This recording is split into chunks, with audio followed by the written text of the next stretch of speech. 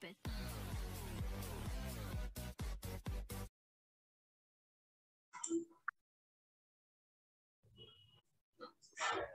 Welcome to Mansi's Language Academy. My dear friends, great to have you again. मैं निखिल गुप्ता, आपका confidence and English coach. जैसे कि पिछले कुछ दिन से आप हमारे चैनल को देख रहे हो और आप हमारी कंटेंट डिलीवरी पे से ये समझ ही चुके होंगे कि हमारी मेथोडोलॉजी ट्रेनिंग की कुछ और है।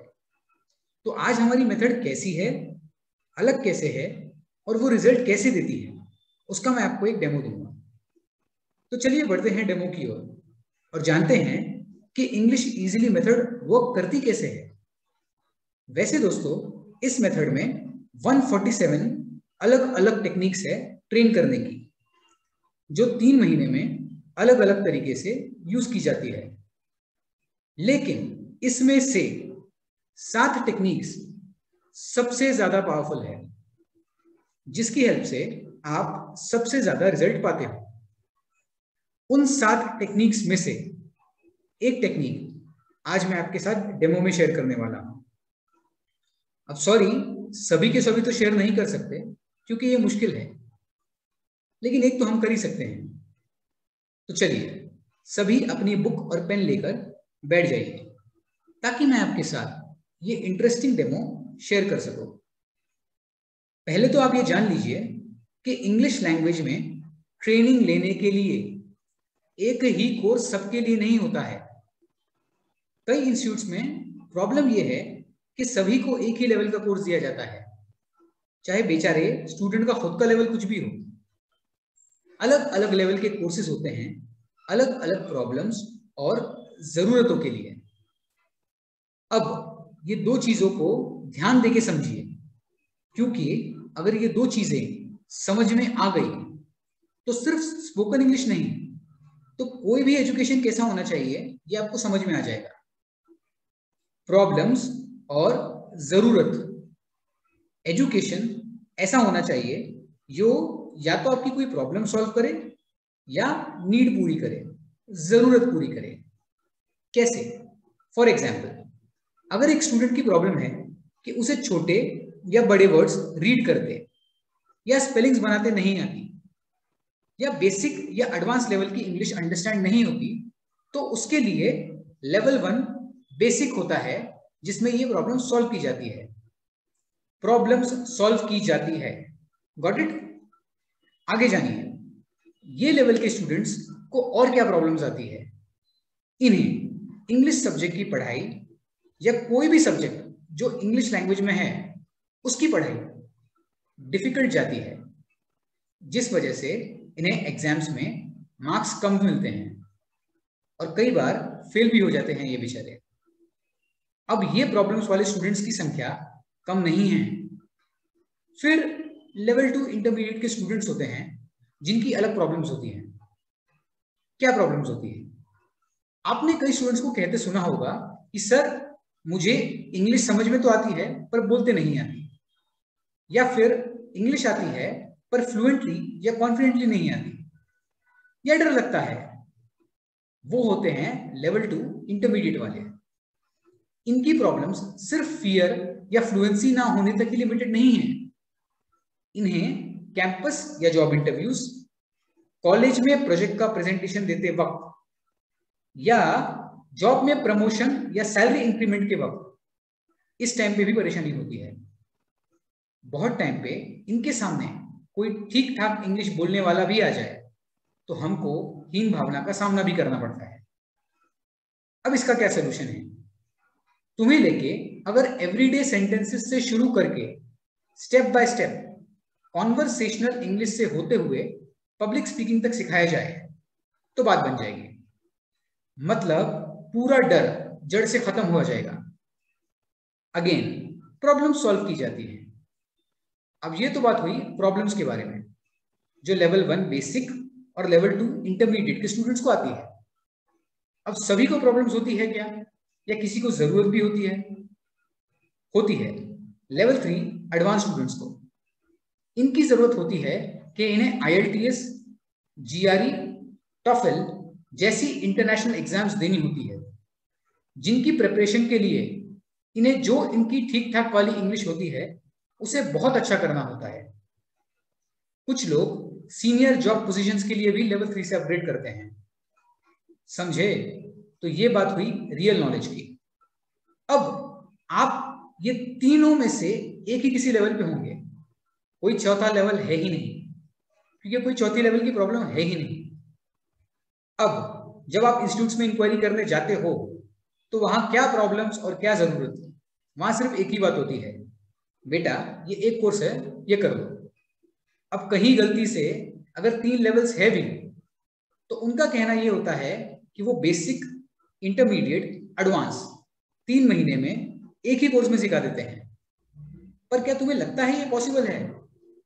क्योंकि वो सिर्फ 3 लेवल्स नहीं बल्कि 3 अलग अलग जरूरतों के लिए अलग अलग सोल्यूशन बेस्ड कोर्सेज हैं। 3 प्रॉब्लम्स जो ना जाने कितने सालों से हैं, वो एक साथ कैसे सॉल्व होंगी? इसे आप ऐसे समझो कि रेस्टोरेंट में जाने के बाद क्या तुम स्टार्टर्स, मेन कोर्स और डेजर्ट एक साथ खा सकते हो? You have the answer, right? और क्योंकि ये तीनों लेवल्स 3 महीने में सॉल्व नहीं हो सकते, इसलिए वो तुम्हें बेसिक, इंटरमीडिएट, एडवांस के नाम पे ग्रामर के रूल सिखा देते हैं। और बेचारे तुम माँ बाप की मेहनत के पैसे बचाने के चक्कर में वो कोर्स ले लेते हो जिससे कि एंड में एक्चुअल में तुम्हारा पैसों का नुकसान ही होता है। अब ग्रामर के रूल सीखने से इंग्लिश बोलने वाला ग्रामर नहीं आता। इंग्लिश बोलने के लिए ग्रामर रूल्स के थ्रू नहीं, एक अलग इंटरेस्टिंग मेथड से सीखा जाता है। वो अलग मेथड क्या है वो मैंने इस वीडियो में बताया है, जो आपको ऊपर दिख रहा होगा। अगर आप जानना चाहते हो तो उस पर क्लिक करके जान सकते हो। तुम्हें सिंपल ये बात समझनी है कि तुम्हें तीनों लेवल सीखने भी है नहीं, तुम्हें सिर्फ वो लेवल करना है जो तुम्हारी नीड पूरी या प्रॉब्लम सॉल्व करता है। फॉर एग्जाम्पल, अगर आपको पढ़ाई डिफिकल्ट जाती है और वही आपको इजी करनी है तो आपको सिर्फ बेसिक लेवल का कोर्स करना है। एडवांस और इंटरमीडिएट सीखने की जरूरत तभी पड़ती है जब या तो तुम्हें इमीडिएटली कोई जॉब इंटरव्यू के लिए जाना है या फिर तब जब तुम्हारा बेसिक लेवल क्लियर हो। इनफैक्ट अगर तुम्हें यूपीएससी, स्टेट लेवल की कोई competitive exams, CA, engineering, MBA ऐसी चैलेंजिंग एग्जाम्स की पढ़ाई भी करनी हो तो उसके लिए भी बेसिक लेवल क्लियर करना ही काफी है। अब एक बात आप जान लो कि इंडिया में जो भी टफ एग्जाम्स होती है वो इंडियन स्टूडेंट्स के लिए टफ होने के पीछे 90% केसेस में कहीं ना कहीं रीजन इंग्लिश लैंग्वेज ही होती है। मतलब वो एग्जाम की टफनेस बहुत हद तक कम हो जाएगी सिर्फ अगर तुम बेसिक इंग्लिश स्किल्स पे मास्टरी पा लो। अब आप लेवल 1, 2, 3 में से क्या हो समझ ही आ गया होगा। तुम्हारी प्रॉब्लम किस में है, लेवल 1 या 2? एक सरप्राइजिंग बात और बताऊं, वो ये कि 99% स्टूडेंट्स की प्रॉब्लम लेवल 1 या 2 में ही होती है। सिर्फ 1% स्टूडेंट्स को लेवल 3 की जरूरत होती है। तो चलिए अब आगे बढ़ते हैं। तो अभी स्क्रीन पे सेंटेंसेस आएंगे, आपको आपके लेवल के हिसाब से सेंटेंसेस लिखने हैं। लेवल 1 वालों ने लेवल 1 के, 2 वालों ने 2 के और 3 वालों ने 3 के। लेवल 1 के सेंटेंसेस फ्लैश हो रहे होंगे। क्योंकि हिंदी सबको समझ में आती है इसलिए नीचे हिंदी में लिखा हुआ है, लेकिन आप अपनी मदर टंग जो गुजराती, मराठी, बांग्ला जो कोई भी हो उसमें लिख सकते हो। वैसे भी हम सिखाते वक्त आपकी मदर टंग से ही सिखाते हैं। और हाँ, लिखते वक्त ध्यान रखना है कि आपको ऊपर इंग्लिश के लिए जगह छोड़नी है, फिर अपनी मदर टंग लिखनी है। अब ऊपर इंग्लिश में लिखवाने के पीछे एक लर्निंग का साइकोलॉजिकल प्रिंसिपल है।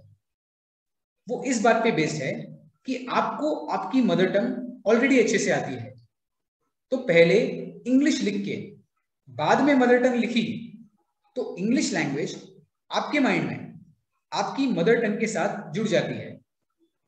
इसे एसोसिएटिव लर्निंग भी कहते हैं। इससे इंग्लिश आपको आपकी मदर टंग की तरह ही नेचुरली आती है। Isn't that great? अब आप पॉज करके सेंटेंसेस लिख लीजिए। हो गया? ग्रेट। अब ये सेंटेंसेस लिखने के बाद तुम्हें इन सेंटेंसेस के ऊपर इनका इंग्लिश ट्रांसलेशन करना है। अब आप ट्रांसलेशन वीडियो को पॉज करके कर सकते हो।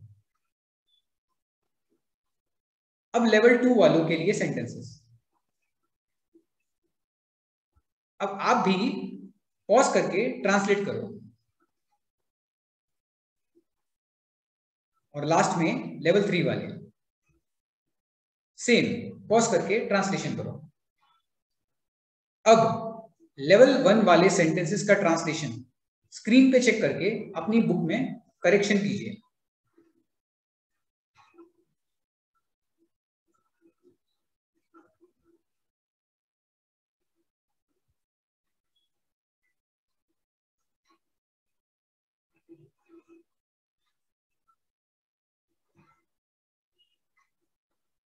लेवल 2 वाले भी यही करें।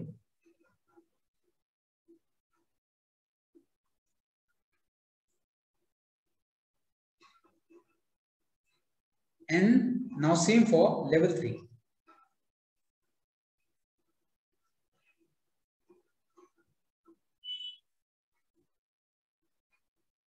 अब लास्ट में इस टेक्निक का मेन हाईलाइट। पहले पूरी बात सुन लो, फिर ही एक्ट करो। अब आपको आपके ये ट्रांसलेटेड सेंटेंसेस 7 से 8 बार रीड करने हैं। वो करने के बाद 1 मिनट का गैप देना है। गैप के बाद फिर 7 से 8 बार रीड करना है। अब आपको ये ऊपर वाली एक्टिविटी करते वक्त 2 बातों का ध्यान रखना है।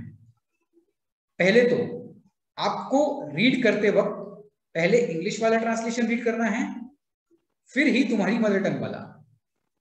उसके पीछे क्या रीजन है ये मैं ऊपर बता चुका हूं। नंबर 2, ध्यान दीजिए मैंने पॉइंट नंबर 1 में क्या वर्ड यूज किया है। मैंने कहा है रीड करना, ना याद करने की कोशिश करना, ना समझने की कोशिश करना।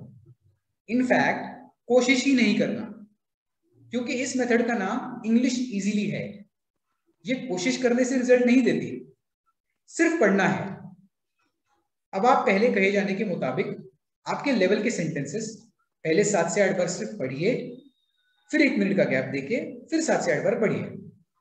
पॉज करके कीजिए। अब अगर ये हो गया हो तो आपके आसपास में कोई हो तो उसको आप अपनी मदर टंग वाले सेंटेंसेस उल्टे सीधे तरीके से पूछ के आपसे उसका इंग्लिश ट्रांसलेशन पूछने को कहिए। पॉज कीजिए एंड डू इट। अगर आपने ये सही तरीके से किया होगा तो आप ये देख पाओगे कि आपको सेंटेंसेस सिर्फ रीड करके ही आ गए और आप इसे अपने खुद के इंग्लिश ट्रांसलेशन से कंपेयर करके भी चेंज समझ सकते हो। पहले ट्रांसलेशन आप ही ने किया था ना। अगर जिसे ये सेंटेंसेस नहीं आए हैं तो चांस की बात है कि आपकी प्रॉब्लम लेवल 1 या 2 में है, लेकिन आप अपने लेवल को ओवर एस्टिमेट कर रहे हो। सोचो तुम्हें 5 मिनट के अंदर अंदर 5 सेंटेंसेस आ गए, 3 महीने में कितने आएंगे? और 150 सेंटेंसेस के बाद तुम खुद ही सेंटेंसेस बनाओगे। और ये 147 टेक्निक्स में से सिर्फ एक ही टेक्निक है, समझे? अगर आप स्पोकन इंग्लिश से रिलेटेड ऐसे ही यूजफुल वीडियोस देखना चाहते हो तो सब्सक्राइब बटन पे क्लिक करके बेल आइकन दबा दीजिए और अपने दोस्तों के साथ शेयर करना चाहे तो कर दीजिए। नीचे कमेंट करके बताइए कि आपका सेंटेंसेस लर्न करने के बाद 5 मिनट से स्कोर कितना आया। थैंक्स।